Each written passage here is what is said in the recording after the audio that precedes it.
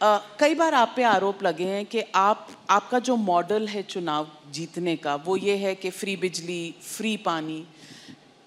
You are somebody who understands numbers. आप Indian Revenue Service में रहे हैं, नंबर्स आपको पता है, टैक्स कलेक्शन कैसे होती है, टैक्स की रिक्वायरमेंट किन चीज़ों के लिए होती है।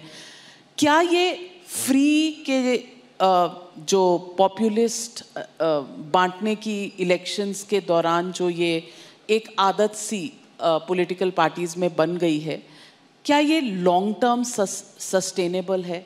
क्या ये गुड पॉलिटिक्स है? बहुत अच्छी पॉलिटिक्स है, सबको करनी चाहिए। मैं आपको बताता हूँ क्यों। इसकी इकोनॉमिक्स भी समझाता हूँ आपको और इसकी पॉलिटिक्स भी समझाता हूँ आपको। सबसे पहली बेसिक बात, इन सारे मंत्रियों को और इन सारे एमएलएज को बिजली फ्री मिलती है। इनको जब बिजली फ्री मिलती है तो उसको फ्री भी नहीं बोलते, और जब जनता को, इनको 4-4 हज़ार यूनिट बिजली फ्री मिलती है महीने की, और मैं जनता को 200 यूनिट फ्री बिजली देता हूं, तो इनको सबको तकलीफ होती है। क्यों? अगर इन मंत्रियों को जो फैसिलिटी मिलती है मैं अपनी जनता को देना चाहता हूं, तो इनको क्यों तकलीफ होती है? इन सारे मंत्रियों को और एमएलएज और एमपीज़ का सारा इलाज का खर्चा फ्री है। कोई बीमार हो जाए इनके घर का सारा फ्री है। तो अगर मैंने अपने दिल्ली के लोगों का इलाज फ्री कर दिया तो इनको क्यों तकलीफ होती है?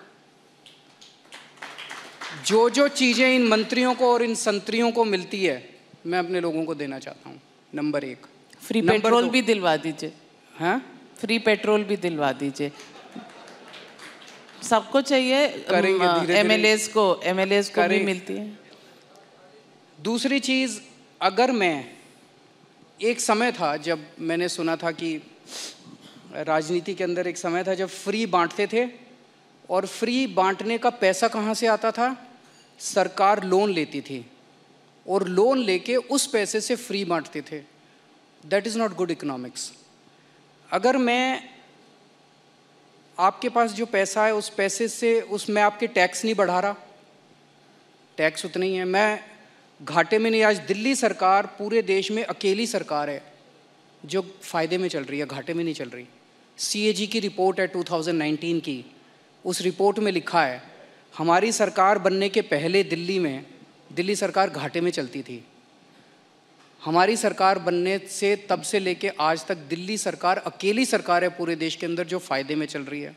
मैं सरकार फ़ायदे में चला रहा हूँ, मैं कोई नया टैक्स नहीं लगा रहा, मैं कोई लोन नहीं ले रहा। अगर मैंने करप्शन ख़त्म करके पैसा बचा के लोगों को अगर सुविधाएं दे दी तो क्या बुरी बात की? तो दिस इज़ गुड इकोनॉमिक्स। और तीसरी चीज़, पर ये मिरेकल होता कैसे? मैं एक छोटा सा एग्जांपल देता हूँ। जैसे